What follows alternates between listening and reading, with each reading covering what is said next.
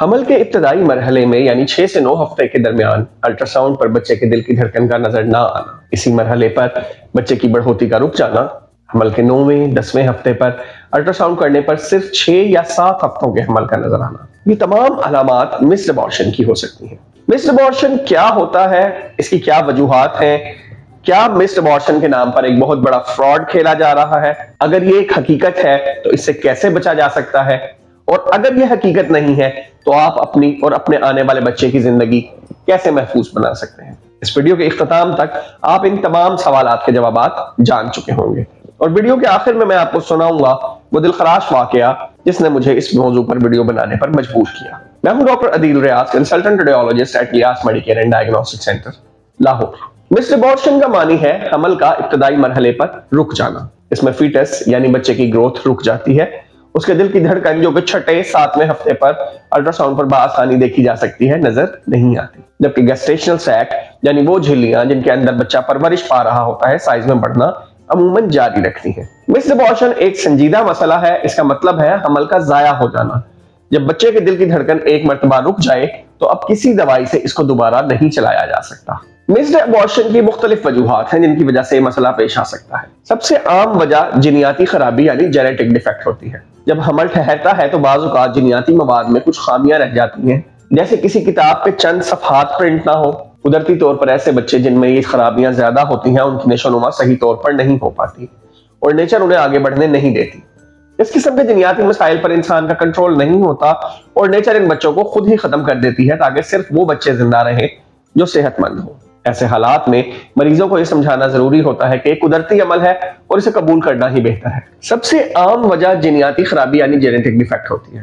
جب حمل ٹھہرتا ہے تو بعض اوقات جینیاتی مواد میں کچھ خامیاں رہ جاتی ہیں، جیسے کسی کتاب کے چند صفحات پرنٹ نہ ہو۔ قدرتی طور پر ایسے بچے جن میں یہ خرابیاں زیادہ ہوتی ہیں ان کی نشو و نما صحیح طور پر نہیں ہو پاتی اور قدرت انہیں آگے بڑھنے نہیں دیتی۔ اس قسم کے جینیاتی مسائل پر انسان کا کنٹرول نہیں ہوتا اور نیچر ان بچوں کو خود ہی ختم کر دیتی ہے تاکہ صرف وہی بچے زندہ رہیں جو صحت مند ہوں۔ ایسے حالات میں مریضوں کو یہ سمجھانا ضروری ہوتا ہے کہ قدرتی عمل ہے اور اسے قبول کرنا بہتر ہوتا ہے۔ مسڈ ابارشن کے دیگر اسباب میں مریض کی اینڈوکرائن مسائل شامل ہو سکتے ہیں۔ مثال کے طور پر اگر حاملہ خاتون کو تھائرائیڈ کا مسئلہ ہو یا جسم میں کسی اور قسم کی ہارمونی خرابی ہو تو یہ حمل کی نشو و نما کو متاثر کر سکتی ہے۔ اسی طرح اگر حمل کے دوران خاتون کو بہت زیادہ بخار ہو یا کوئی اور سنجیدہ بیماری ہو جائے تو اس کے نتیجے میں بھی بچے کی دل کی دھڑکن رک سکتی ہے۔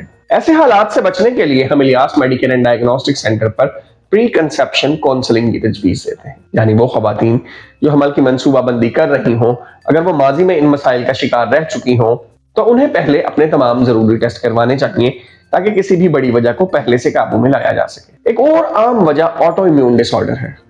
اس کا مطلب یہ ہے کہ خاتون کا مدافعتی نظام بچے کو آؤٹ سائڈر سمجھ کر اسے مسترد کر دیتا ہے۔ یہ اس وقت ہوتا ہے جب مدافعتی نظام زیادہ حساس ہو جائے۔ اس کے علاوہ خون کی سپلائی میں رکاوٹ بھی ایک وجہ ہو سکتی ہے، جس میں بعض اوقات خون کی شریانیں جو بچے تک خون پہنچاتی ہیں صحیح طور پر کام نہیں کرتی یا ان میں خون جمنے کا مسئلہ ہوتا ہے۔ ایسے معاملات میں درست تشخیص کرنے کے بعد خون پتلا کرنے والی دوائیاں دی جاتی ہیں تاکہ مسئلہ حل کیا جا سکے۔ دیگر عوامل میں بعض نامعلوم وجوہات یعنی ایڈیوپیتھک کازز بھی شامل ہیں۔ مجموعی طور پر ہر مریض کو یہ سمجھنا ضروری ہے کہ یہ وجوہات عام ہیں اور ان کا علاج ممکن ہے۔ مناسب معائنہ، درست تشخیص، ٹیسٹ اور رہنمائی سے ایسے مسائل کو روکا جا سکتا ہے اور صحت مند حمل کو یقینی بنایا جا سکتا ہے۔ ایک اور اہم پہلو یہ ہے کہ اگر مسڈ ابارشن ہو جائے تو یہ ضروری ہے کہ اس کی مکمل صفائی کی جائے تاکہ کوئی پیچیدگی پیدا نہ ہو۔ یہ عمل ہسپتال میں کیا جانا چاہیے اور مریضہ کو صحیح دیکھ بھال فراہم کی جانی چاہیے۔ گھر پر اس قسم کے مسائل کا علاج کرنے سے گریز کیا جانا چاہیے کیونکہ یہ خطرناک ہو سکتا ہے۔ اب آتے ہیں اگلے سوال کی جانب، کیا مسڈ ابارشن کے نام پر ایک فراڈ کھیلا جا رہا ہے؟ میرے پاس بے شمار ایسے مریض آ چکے ہیں جن کو 6 سے 9 ہفتے کے حمل کے دوران یہ بتایا گیا کہ آپ کے بچے کے دل کی دھڑکن رک چکی ہے اور اب حمل آگے نہیں بڑھایا جا سکتا، لہٰذا اس کی صفائی کروا لی جائے۔ الٹراساؤنڈ کرنے پر معلوم ہوا کہ بچے کے دل کی دھڑکن بالکل معمول کے مطابق ہے، بچے میں کسی قسم کا کوئی ڈیفیکٹ موجود نہیں اور حمل بالکل نارمل طریقے سے آگے بڑھ رہا ہے۔ پھر آخر یہ کیوں کہا گیا کہ حمل کی بڑھوتی رک چکی ہے؟ میری نظر میں اس کی 3 وجوہات ہو سکتی ہیں۔ نمبر 1، الٹراساؤنڈ کرنے والا ڈاکٹر مطلوبہ مہارت نہیں رکھتا۔ نمبر 2، وہ مشین جس پر الٹراساؤنڈ کیا گیا اس قابل ہی نہیں تھی کہ اتنے چھوٹے بچے کے دل کی دھڑکن کو ڈیٹیکٹ کر سکے۔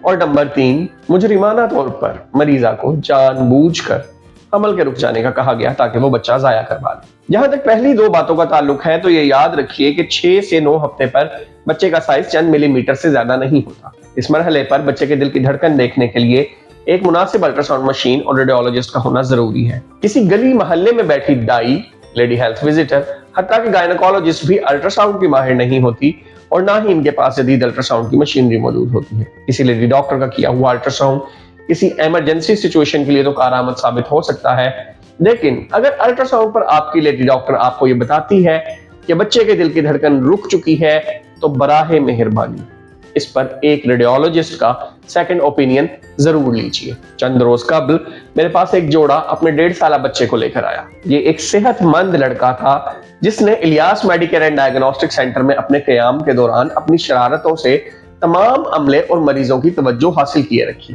بچے کی ماں نے مجھے کہا، ڈاکٹر صاحب ہم آپ سے صرف ملاقات کرنے کے لیے آئے ہیں۔ یہ وہ بچہ ہے جس کے 8 ہفتے کے حمل پر مجھے کہا گیا تھا کہ اسے ضائع کروا دیں کیونکہ حمل کا بڑھنا رک چکا ہے۔